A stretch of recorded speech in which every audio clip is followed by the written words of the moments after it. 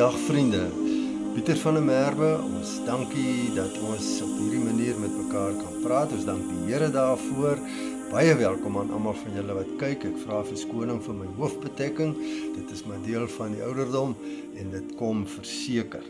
Ons loof die Here dat ons die opening nog het om met u te praat, ons praat oor die wederkoms, vandag gaan ek so 'n bietjie afwyk van die wederkoms, ons is op pad wederkoms toe, maar intussen gebeur daar 'n klompie goed en ek wil bietjie laat ons vandag kyk daarna. Mag die Here julle almal seën as ons so saam is om die woord en ek vra net, kom ons bid net saam. Here, dit is altyd 'n voorreg om die woord oop te maak. Dis altyd 'n voorreg om met mekaar te praat. Dis altyd 'n voorreg om te weet, Here, dat hierdie woord die waarheid is en vir ons alles sê wat ons nodig het om te weet. En ek bid dat dit wat ons vandag gaan hoor, of wat ons gaan kyk na in die woord, dat dit presies dit is, dat ons dit nodig het, wat ons moet weet. In Jesus naam, amen. Vriende, dis winter, is koud. Ek wens ek kon nou vir u wys hoe wit is die berge hier buitekant. Dis 'n wonderlike voorreg om in die seisoene ook die almag van God te sien. Hy bly in beheer. Nou weet ons, dit is van die goed wat gaan verander, nê, in die tyd van oordeele en so aan. Maar ons geniet dit en ons prys die Here daarvoor.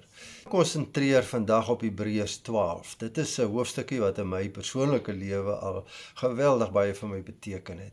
Ons is op weg. As kinders van die Here is ons nie hier waar ons vir ewig gaan wees nie. Ons is in 'n tussenfase wat ons onsself voorberei en wat die Here ons voorberei om by hom te wees en vir altyd by hom te wees. So Hebreërs 12 het 'n besonderse kyk daarna. Ek gaan so 3 dele daar uithaal. Kyk ons 'n bietjie in detail wat daaraan aangaan. Nou ek gaan in die begin net die eerste 3 versies lees, maar daar is soveel feite hierin en soveel waarhede waarna ons moet kyk. So kom ons doen dit. Ek begin by vers 1. Met so 'n magtige skare toeskouers rondom ons, om ons in die wedloop van die geloof dop te hou, kom ons stroop alles af wat ons spoed kan vertraag, veral die sonde wat so maklik hou vas op 'n mens kry. Kom ons hardloop met volharding op die baan wat voor ons uitgestrek lê.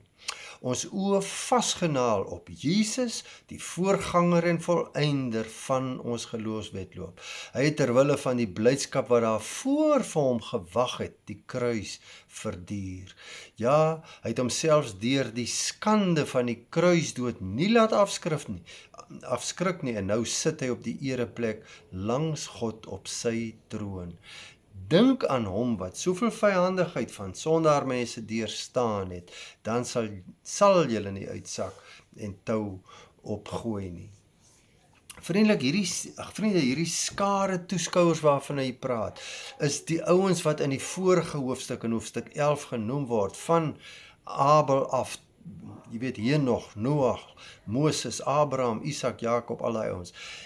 Dit noem hy as 'n voorbeeld en hy noem hy al die goed wat hulle moes deurmaak om in die posisie te staan waarin God hulle geplaas het. Nou moet ons bysê, elkeen van u staan op 'n plek in 'n situasie.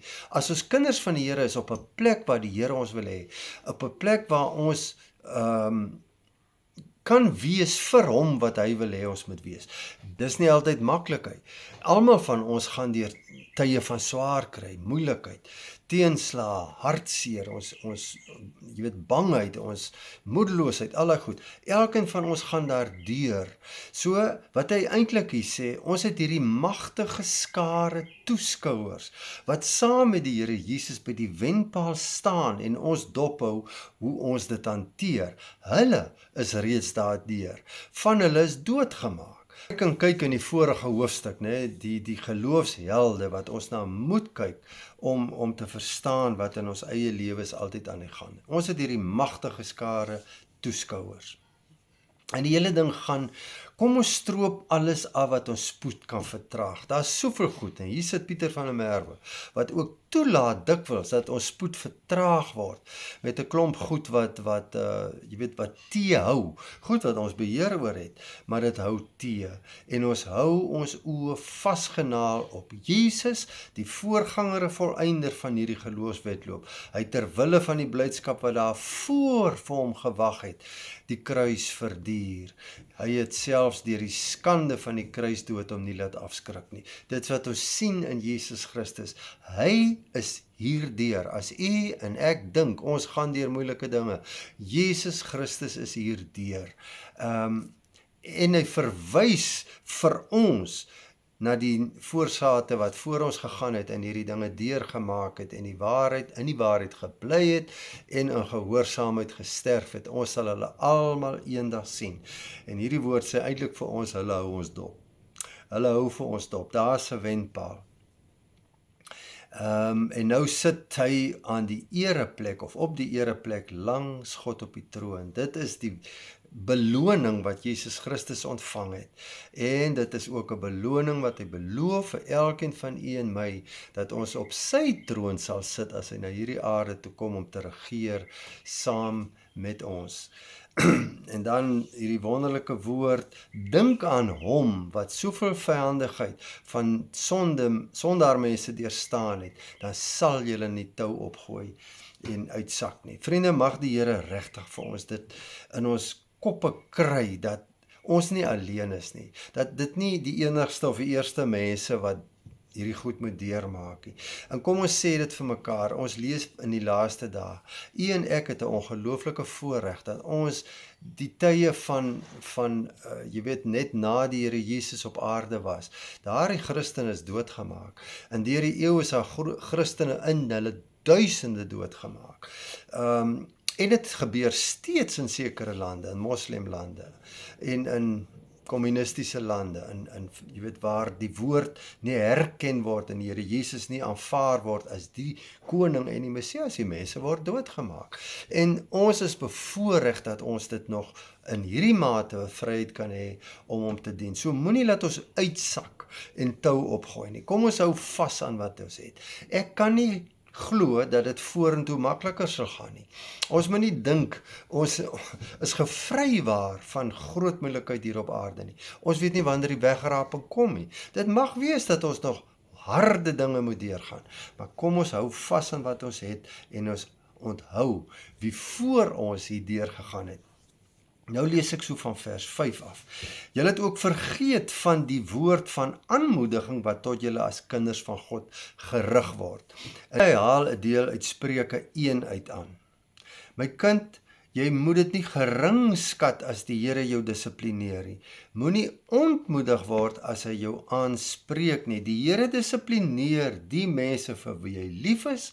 Hy tugtig elkeen wat hy as sy kind aanneem. Wat 'n woord, wat 'n woord. Hy begin dit sommer met hierdie ding, my kind, my kind. En dissipline is tot ons beswil. Dissipline van die Here, goed wat hy toelaat, is dat ons kan groei in geloof.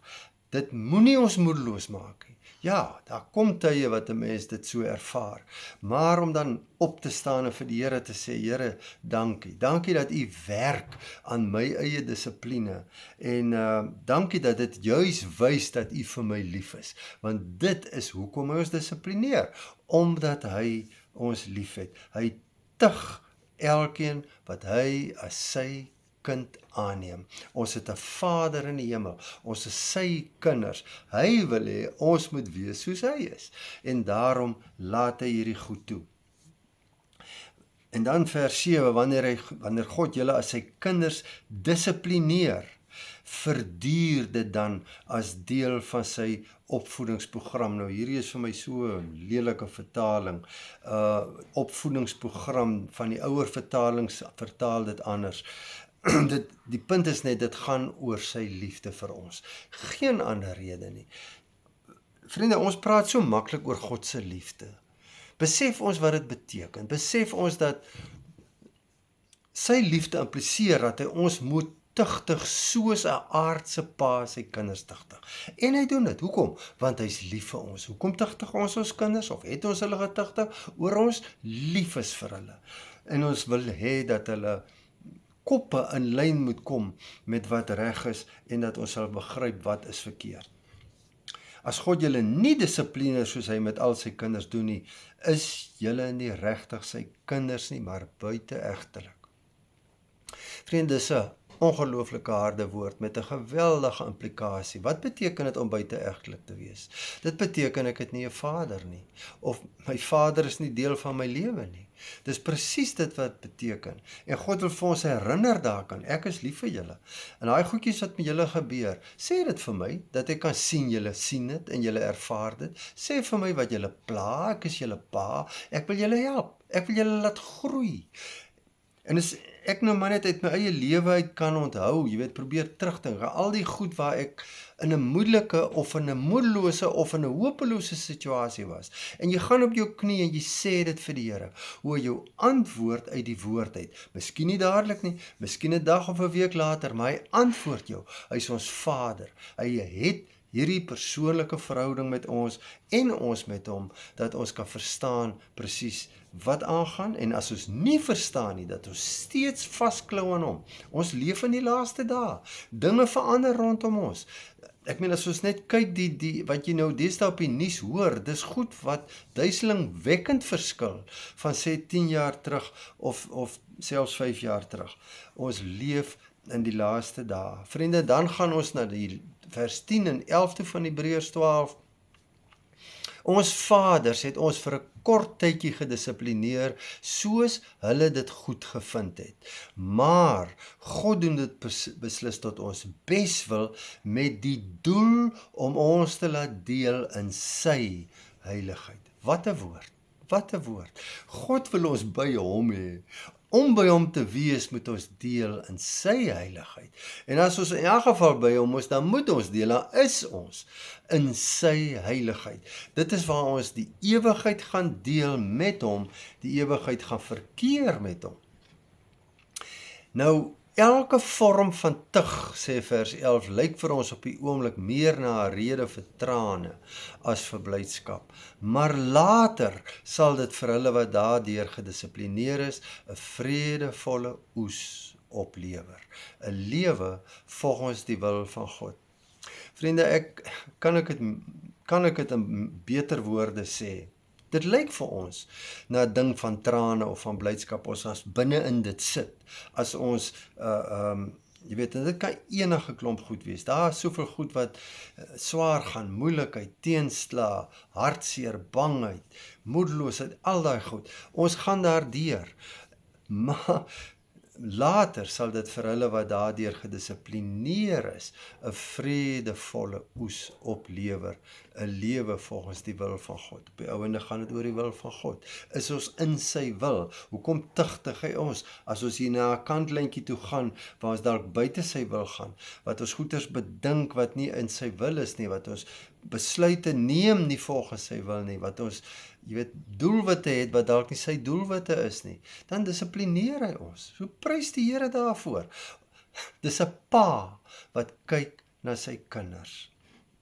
Vriende, dan van vers 26 af tot by vers 29. Destyds het God se stem van Sinaï berg af die aarde geskud. Maar nou kondig hy aan, nog een keer sal ek nie net die aarde laat bewe nie, maar ook die hemel. Die nog een keer wys daarop dat die geskape dinge wat reeds aan die wankel is, plek sal maak vir die onwankelbare ewige ding. Hy verwys hier na die dinge wat kom. Hy erken dat ons in tye is wat dinge wankel. Wat dinge, dis geskape dinge. Dit eindig. Daar kom 'n onwankelbare ewige dinge, en dit is waarvoor hy ons voorberei.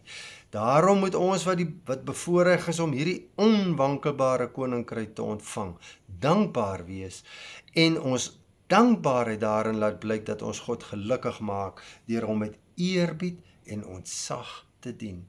Dis al wat hy soek. Hy soek dankbaarheid. As ons in ons wese, in ons gees hierdie dankbaarheid het, en ons dit kan wys, waaraan kan ons dit beter demonstreer as om met eerbied en ontzag te dien en te weet ons maak God gelukkig daardeur. Vriende, is dit nie 'n ongelooflike ding nie? Dis 'n pa-kind verhouding. U en ek, het meeste van ons het seker ervaring daarvan. 'n Pa-kind verhouding. As ons kind ons gelukkig maak, is dit 'n wonderlike geluk. As ons kind ons hartseer maak, is dit 'n droewe hartseer. Maar ons bly sy kinders en as ons in terme daarvan dink aan God se verhouding met ons, prys die Here. Ons hy sluit hierdie deeltjie ook af met hierdie harde vers eintlik, vers 29, want daar staan ook, ons God is 'n verterende vuur. Vriende, dit word beskryf asof dit 'n eienskap van God is. Hy is 'n jaloerse God. Hoekom? Want ons fokus so op onsself, kom ons fokus meer op hom en dis wat hy wil hê. Dis wat hy wil hê. Ons moet op hom fokus. Ag, weet jy vriende, ek wil nou nie kritiseer nie, maar mense sien so baie in die boodskapies wat mense hier na mekaar te stuur, dit gaan tyd oor die my, en ek het dit al gesê, die eie ek, my vrede, my geluk, my blydskap, my dit, my dat. Kom ons kyk na hom, kom ons hou die oë op hom, weet jy, dan kom hierdie ander goedjies reg, dan kom dit van self, outomaties skuif dit in plek in, want waar is my oë? My oë is op hom en nie op myself nie. Ons God is 'n verterende vuur. Vriende, hy soek alles. Ek is jammer om dit te sê, maar hy soek alles. Hy soek elke stukkie van my lewe. Baie van ons moet nog hard werk daaraan. Ons sit in 'n situasie waar situasies ons oë kan aftrek en dit reg kry om dit af te trek, maar kyk, God laat die vyand toe om in ons lewe, 'n rol te speel van toetsing. Hy laat dit toe. Ons sê dit vanoggend vir mekaar. Vriende, ek wil afsluit in hierdie gedeelte met ook uit Hebreërs uit met 'n seëngroet wat die Hebreërs skrywer, almal vermoed maar is Paulus, maar wat die Hebreërs skrywer vir sy lesers sê, en kom ons moet altyd onthou, die brief aan die Hebreërs is vir Jode geskryf, en ons kan vandag sien hoeveel swaar hulle deurgaan, hoeveel moeilikheid hulle deurgaan, teenslae, hoeveel hulle moedeloos moet wees, hartseer oor goed wat hulle deurgaan. Dit moet ons altyd onthou, maar as sy kinders is ons deelagtig daarin, is ons deelagtig in al hierdie goed. Nie in die mate miskien wat die Jode of op ander maniere wat die Jode dit deurmaak, maar dit is wat die Here hier in hierdie seëngroet vir hulle sê, of Paulus. Hy het hierdie seëngroet vir sy landgenote, vir sy mede-Jode. Kom ons kyk wat hy sê vir hulle, en ons vat dit ook vir onsself. Vers 20 en 21 van Hebreërs 13.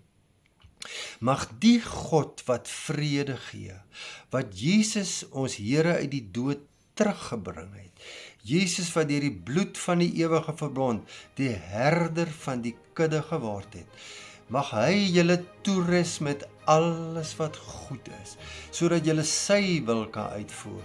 Mag hy deur Jesus Christus se bemagtiging in ons tot stand bring wat God se hart sal bly maak. Aan hom kom die heerlikheid toe vir altyd en altyd. Amen. Vriende, mag die Here vir ons almal hierdie woord net weer in ons hart bevestig wat dit regtig beteken. En ek wil tog vra dat u na Hebreërs 13 vers 20 en 21 persoonlik gaan kyk, in gebed voor die Here gaan staan en sê, Here, hierdie goed en hierdie wense, hierdie vredeswense, hierdie liefdeswense wat die Here vir ons het, dat ons dit regtig verstaan en belewe. Kom ons sluit net af. Here, ons bly geskape mense. Ons is nog nie in heerlikheid nie. Ons is nog nie in verheerlikte liggame nie. Dankie dat ons kan uitsien daarna. Dankie Here dat u dit vir ons hou. Dankie dat u dit vir ons in pag het en dat ons op pad is om dit te kry. Maar intussen bid ons, Here, ons het u so nodig. Ons het u van dag tot dag nodig. Ons het u oomblik vir oomblik nodig in hierdie lewe. En ek vra dit, Here, vir myself, en ek vra dit vir elkeen wat hier luister, dat U groter en meer word in elkeen van ons se lewe, in afhanklikheid van U, en in die uitsien dat U ons kom haal. In Jesus se naam. Amen. Vrede vir julle.